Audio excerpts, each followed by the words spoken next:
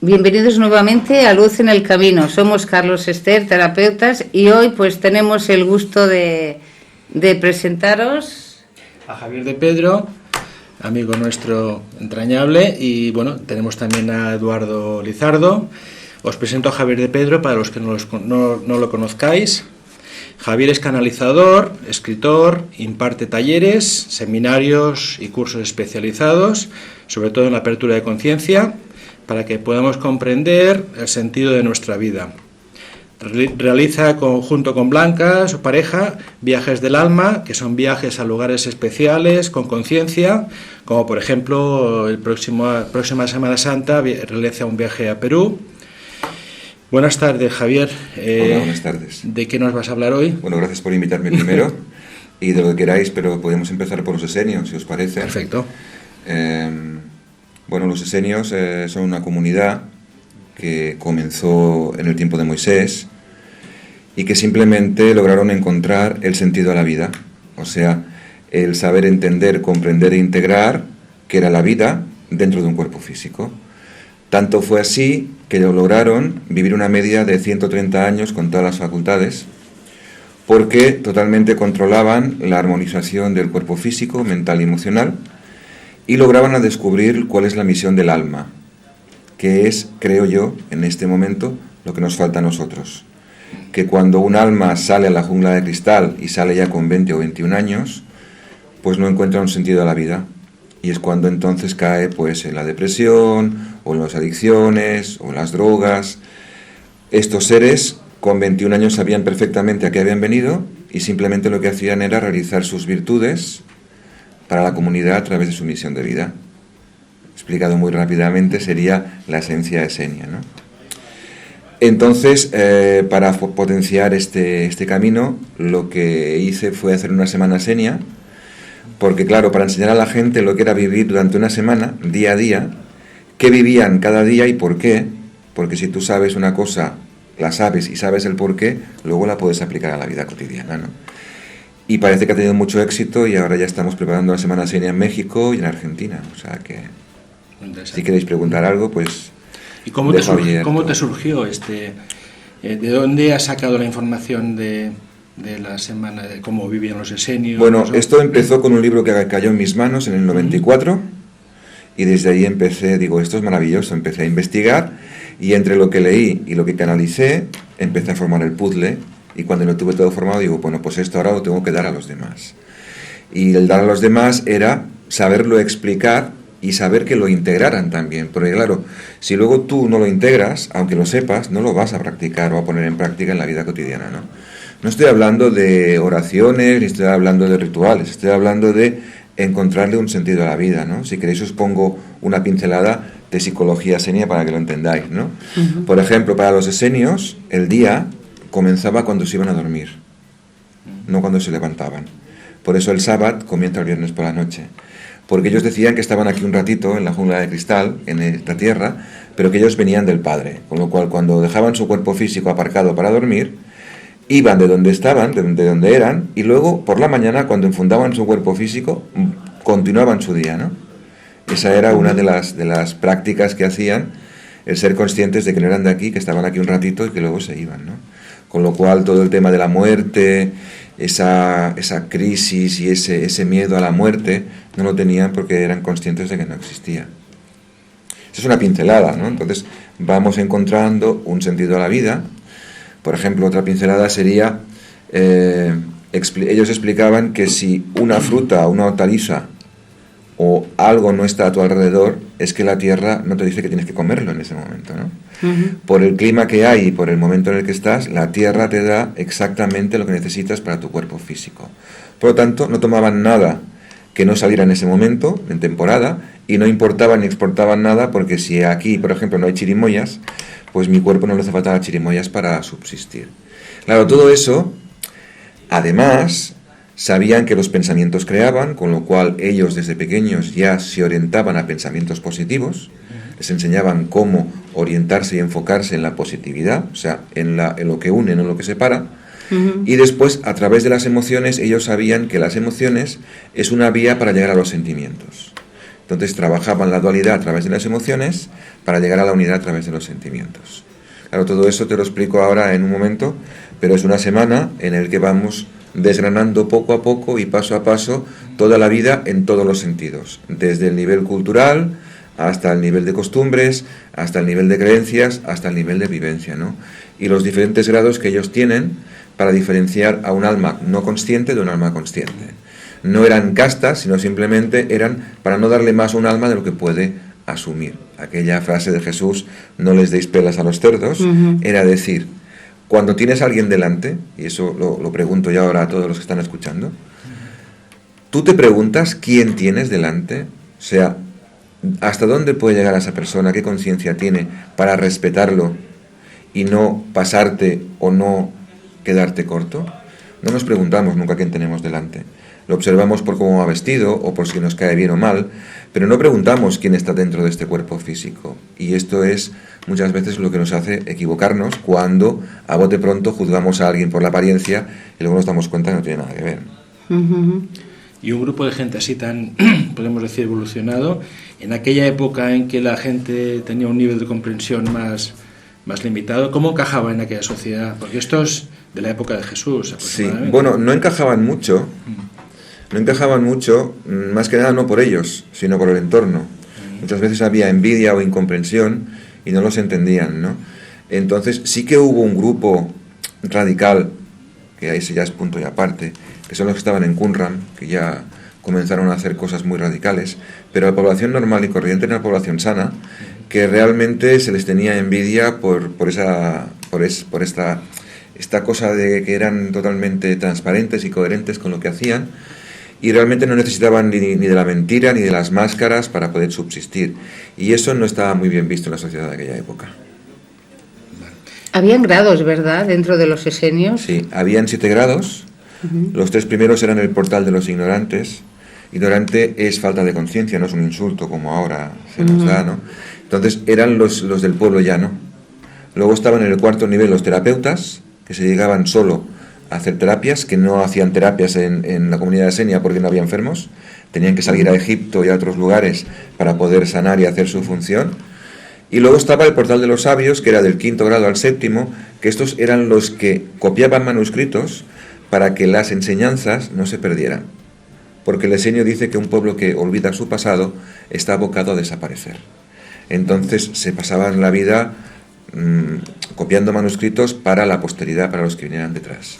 Que son, no se perdía. Que son los que se han encontrado algunos, Algunos ¿no? de ellos se han encontrado ahí, y ya me consta que hay muchos más aún sin encontrar. Porque eran tan buenos escondiendo los rollos sagrados para que no se perdieran, que aún siguen intactos en algunas montañas, algunos templos que están dentro de las montañas. De alguna manera, no sé si esto encuadraban dentro de la religión católica o nos ha llegado algo a través de esa vía o digamos a esa... La cosa sería al revés. La esencia esenia es la que luego recogen los cristianos, y luego de los cristianos lo recogen los católicos. O sea, los esenios tenían unas costumbres que luego se van recogiendo, pero se van tergiversando. Por ejemplo, la hora del Ángelus, lo que es a las 12 del mediodía de la Iglesia Católica, los esenios hacían el parón para trabajar con la paz. O sea, al mediodía paraban y tenían un pensamiento por la paz. Y había para ellos, la paz era séptuple. Paz con la familia, paz con el cuerpo físico, paz con las emociones. Cada día lo dedicaban a un aspecto de la paz, al mediodía. Esto luego lo recoge la Iglesia con el tema del Ángelus, ¿no? Hay muchos temas católicos que son pautas esenias, pero de una manera un poco manipuladas y no corresponden a la realidad. Tú has canalizado, has hecho algún libro sobre Jesús, y me consta que está escribiendo uno sobre María Magdalena. ¿Todo esto tiene relación con los esenios? Tiene relación. Sobre todo el último libro que escribí, el 5.º, que se llama El último esenio, salió simplemente por un comentario. Hubo un comentario, Jordi San Romà, que lo conocéis, que viene cada semana esenia, apuntado cada año, me dice, hombre, pero hay mucha gente que no puede venir. ¿Por qué no haces un libro sobre lo que explicas durante toda la semana? Digo, ay, pues buena idea.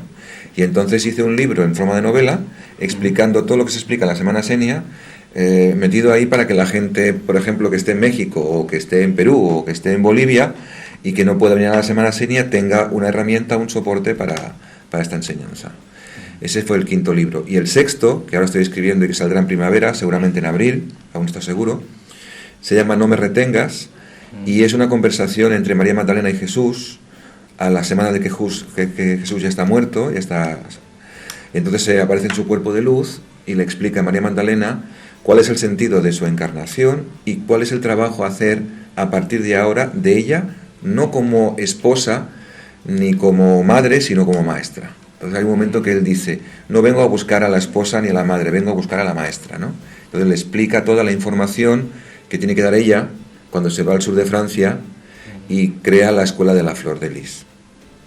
Que de ahí, los esenios que van de Israel o de Palestina a Francia, luego salen los cátaros. ¿De acuerdo?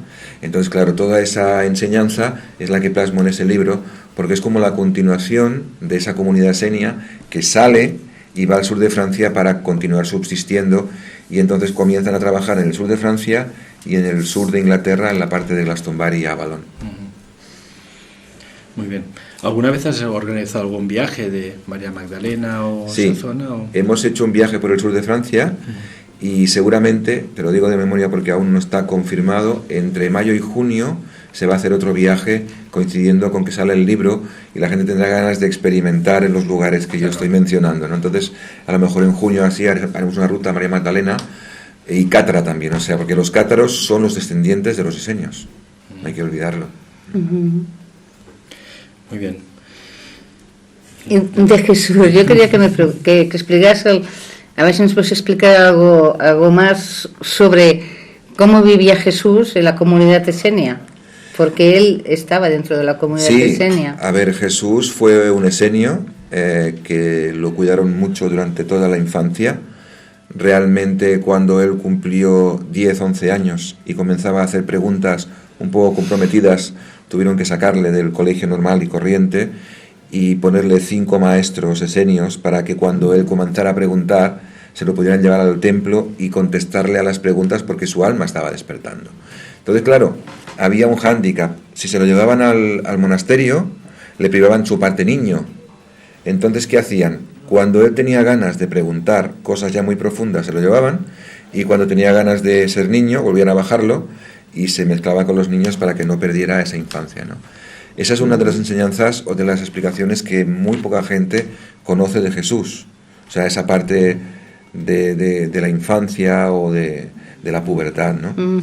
Luego también muy poca gente sabe que Jesús creó con 21 años la Santa Alianza.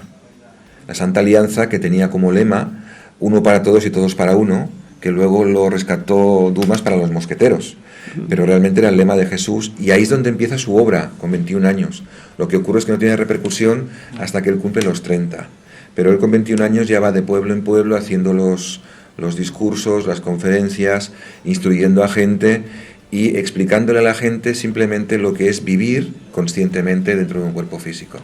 Esa es una de la información que no sale mucho en los libros, sino que está como un poco escondida, ¿no? ¿Y María Magdalena también era esenia? ¿También pertenecía María a la Magdalena comunidad? era esenia, era una esenia de 5º grado, o sea, ya tenía un nivel, y realmente era también sacerdotisa del templo de Isis, y bueno, era una mujer con mucha cultura y con mucha sabiduría. Lo que pasa es que se le relegó a un segundo plano simplemente porque era mujer. Por eso ahora viene el resurgir de esa energía de María Magdalena, no porque sea una moda, sino porque el planeta está emitiendo su forma femenina. Con lo cual ahora, por una frecuencia afín, está resurgiendo la enseñanza de María Magdalena en esos momentos. Es de que María Magdalena en realidad fue la depositaria de la enseñanza de Jesús. Sí, y la sucesora. Es decir, que realmente es ella la que continuó todo Sí. el... Además, Jesús sabía perfectamente que si entregaba el testigo a un hombre, sería perseguido y se lo iban a cargar igual que a él. Entonces tuvo el acierto de esconder la sabiduría en una mujer, donde la gente de la época, de aquella época, nunca buscaría la sabiduría en una mujer porque se entendía que la tenían los hombres. cosa que Jesús hizo que María Magdalena y muchas más, como 20 o 30 mujeres más esenias, tuvieran esa información porque sabía que estaría totalmente blindada y repercutiría en el futuro. Esa fue la gran jugada maestra de Jesús. ¿Y en el libro hablas sobre esto? Todo esto está en el libro, del porqué. Además, el libro tiene dos historias. Una historia del momento en que están conversando ellos dos y un rescate de un archivo acásico en donde esta conversación se estaba realizando hacía 13.000 años, donde se estaban asignando los papeles para bajar en ese momento. O sea, es decir, se juega a dos niveles, ¿no? Es un grupo de almas. Un grupo de almas, vas al archivo acásico y estás viendo cómo se está preparando ese momento y juegas con el momento actual y con el momento en que se estaba preparando para ver que hay una relación en ese gran plan que vivió Jesús, María Magdalena y todos los maestros. Estaría la Virgen María también. Estaría María y muchos más, por ejemplo, que no conocemos. Por ejemplo, Juan de la Cruz. Ya, también estaba Juan ya. de la Cruz, por ejemplo, Hermes Trismegisto. O sea, es como una especie de engranar varias cosas para ver que no hay un cabo suelto. Que esa pieza del puzzle corresponde a un puzzle mucho más grande y encontrarle un sentido a lo que Jesús vino a hacer aquí con todo su séquito, pero desde un prisma de que se está preparando esto hace ya muchos más años de los que creemos. Ya. ¿Y cómo repercute todo esto ahora en nosotros? El mensaje que tenemos que hacer llegar a las personas sobre la vida esenia con la vida actual. Bueno, ese mensaje es para ahora, para este momento. Ahora, ¿no? Porque realmente hay un momento en la conversación de Jesús y María Magdalena que dice, no, es que nuestro trabajo, nuestro servicio, no es para el momento contemporáneo, es para dentro de 2000 años, donde los seres humanos serán conscientes de que tienen que empezar a vivir de una forma más transparente, más coherente y más honesta. Entonces, cuando explica que todo esto se va a desarrollar ahora, en este momento, en el momento en que la humanidad empieza a tomar su poder. Es decir, que estamos llegando ahora a ese momento, ¿no?, en que las personas hemos de ser transparentes, con pureza de corazón y honestas. Yo diría que no estamos llegando al momento, yo diría que ya hemos atravesado el momento. Ya lo hemos atravesado. O sea, es como aquel que dice, vamos a abrir la puerta, y aquel dice, estamos atravesando la puerta, ¿no? En este momento estamos atravesando la puerta y yo creo que el 2014, que está ya acabando, ha sido un año de cerrar conflictos colectivos y cerrar conflictos individuales.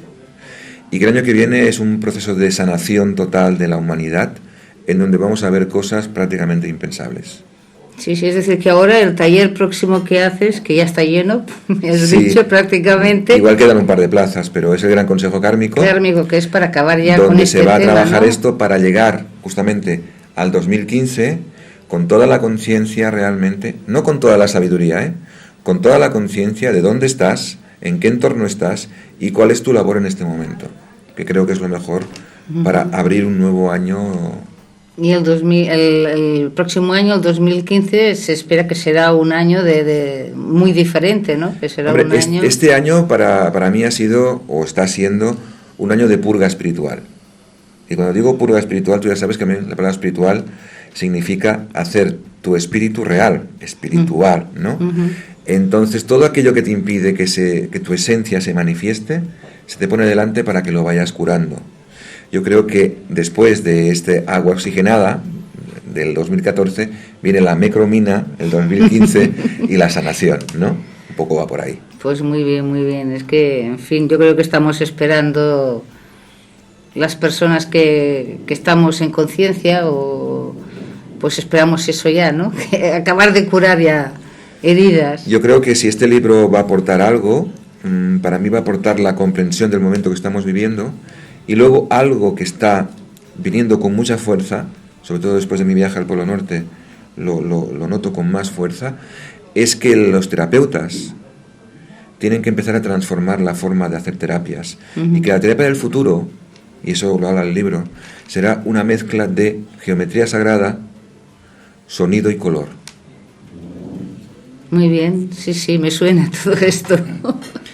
Ahora que has hablado del viaje al Polo Norte, ¿qué ha representado esto? Porque bueno, para mí... Un poco esto es otro programa, al ¿no? margen de... explicarlo sería muy largo. Sí, Fueron 7 días muy intensos, pero para mí y para el grupo de 13 que estuvimos en el Polo Norte, hablándolo, fue un antes y un después. O sea, salir de la jungla de cristal, salir de la civilización y estar una semana en un barquito viendo glaciares, los osos, los delfines y las ballenas, ha sido un reconsiderar mucho cosas de mi vida que tenía ahí y que desde aquí no veía porque estaba inmerso, y cuando estás allí a oscuras viendo auroras boreales y solo, entonces te haces espejo, ¿no? Y en ese espejo te vas viendo cosas que haces por inercia que no te das cuenta y que empiezas a replanteártelas. Para mí el Polo Norte ha sido encontrar el norte de mi vida un poco más. Bueno, ya nos contarás más cosas. Si queréis cosas. un día os explicaré con más tranquilidad. Sí, tenemos que... Y aparte de esto, ¿tú crees que la conciencia actual de la humanidad un poco acepta todos estos cambios que están llegando? Mira, ha costado mucho. Han sido 25 años de convergencia armónica desde el 87 hasta el 2012, pero la gente ahora empieza a despertar de muchas maneras diferentes. No solamente con un libro o con cursos, sino haciéndole ver que en la vida cotidiana cualquier persona te puede dar una enseñanza, viviéndola. Pero claro, tienes que estar presente, porque si estás viviendo el futuro o el pasado, van a venir las personas, te van a dar las enseñanzas y no las vas a ver, ¿no? Yo creo que las personas empiezan a abrir conciencia, más de lo que nos creemos, y que en el 2015 va a haber un despertar masivo como fue en el 92. Estoy totalmente seguro. Por eso hay que estar preparados, porque habrá mucha gente que despertará y hará preguntas y habrá que saber responderles en la medida para no alejarlos de una espiritualidad falsa. Tiene que ser una espiritualidad viva del día de hoy, que sepa responder a las preguntas del día de hoy con facilidad y transparencia. Si no sabemos hacer esto, la gente cuando se abra en conciencia tomará miedo y volverá a cerrarse. Y es el momento de explicarles lo que está pasando, por qué está pasando y qué tenemos que hacer para ir hacia adelante. Creo que es el momento idóneo. Nos tenemos que preparar para poder dar las explicaciones. Nos tenemos que preparar para ser lo más sinceros posible. Exacto. Y ir sin la máscara por la vida, ir de ti, eres tú, y como eres tú, pues con tus defectos, tus virtudes, pero seguro que entre todos los defectos te encuentras una virtud. Bueno, pues esa virtud es la que tienes que dar a los demás. Y creo que el trabajo es este. No ver grandes maestros, no ver a la gente, uy, este está muy elevado, porque eso separa. Y aquí venimos a unir, a unificar. Entonces hay que hacer un discurso unificador, sencillo, llano, que todo el mundo lo entienda y que no tome miedo a trabajar su parte espiritual, porque hemos venido a esto. No hay que esperar la venida de grandes maestros, como hay gente que dice que va a venir Jesús y... ¿Cómo ves la conciencia crística? Me imagino que... Mira, la conciencia crística está dentro de nosotros. No hace falta que vuelva Jesús, porque Jesús ya dejó muy bien amarrado y muy bien explicado el mensaje. Entonces, siempre el ser humano está esperando que venga alguien a salvarlo. Y eso es falta de autoestima. Si logramos sacar nuestra luz, nuestra esencia, no hace falta que baje Jesús. Está con nosotros todos los días. Pero no hace falta que baje manifestación física. Que a lo mejor algún día baja porque necesita encarnar para algo, bien, pero no esperemos esa llegada como la salvación, porque estamos perdiendo el tiempo. Muy interesante. Me parece que un poco lo que pretendemos es de aportar un poco de luz. No sé. Yo quería saber en qué consiste la Semana Esenia. Exacto. Sí, mira, la Semana Esenia es una semana, se hace en el mes de agosto siempre, y lo que hacemos es, a través de 8 horas diarias, más o menos, lo que hacemos es explicar, o sea, llevar el momento esenio a este momento, pero no para imitar lo que hacían los esenios, sino para ver cómo se puede reajustar en la vida cotidiana todas las enseñanzas esenias. Por ejemplo, los esenios iban con una túnica blanca, en ese momento. Ahora un esenio no iría con túnica blanca, y llevaría su móvil, y llevaría su WhatsApp, y llevaría su ordenador. Pero cómo vivir en la vida cotidiana de una forma coherente y consciente con la Madre Tierra y con los demás seres humanos. Esa es la esencia de la Semana Esenia. ¿Qué pasa? Eso te lo pueden explicar ellos porque han estado. Cuando llevas ahí 2 días, sientes tanto amor que realmente no quieres irte de allí. Y me es difícil echar a la gente después de la Semana Senia porque encuentran una coherencia y un sentido a la vida, ¿sabes? Y dices, hombre, es que no se han dicho cosas muy elevadas, no, pero se han puesto piezas del puzzle en donde tú no sabías cómo reaccionar, o no sabías cómo vivir, o no sabías el porqué de las cosas. Entonces la Semana Senia es vivir con sentido y con simplicidad. Dejar de sobrevivir en la vida para empezar a vivir conscientemente. Sería un poco el resumen muy rápido. Sí, en agosto. Nosotros, bueno, yo ya me apunto, ¿eh? Es decir, ya Pues, es la tercera vez yo que voy, cada semana, cada mes, cada año, desde que descubrí esta semana, porque es... Pues si os parece, tenemos que despedir amor. el programa porque llegamos al ¿Ya? final del tiempo, ya se ¿Ya acabó. estamos? Se acabó muy rápido, así muy agradable, no nos hemos dado cuenta con lo interesante del tema y bueno, pues os damos gracias a todos, no sé si queréis aportar alguna cosa así final rápida Bueno, yo daros las gracias a todos y a vosotros por haberme invitado y bueno, cuando queráis. Dejaremos tus datos ahora Sí. para los, bueno, el próximo taller, aunque esté casi lleno, y la Semana Senia, por si alguien... Muy bien. ¿Es en agosto? ¿Sabes ya fechas? Creo es sobre el 20, del 20 al 26 20 al o del 26. 21 al 27, por ahí más o Sí, menos. sí. Pues Más o nada, menos. pues muchísimas gracias. Ha sido un placer y bueno, hasta la próxima que me queréis invitar. Sí. Y queremos agradecer a todos vosotros que estáis de nuevo aquí, nos habráis prestado atención y encantados de que os hayamos poder dado un poco de luz en vuestro camino. Muchas gracias y bueno, hasta la próxima semana. Gracias.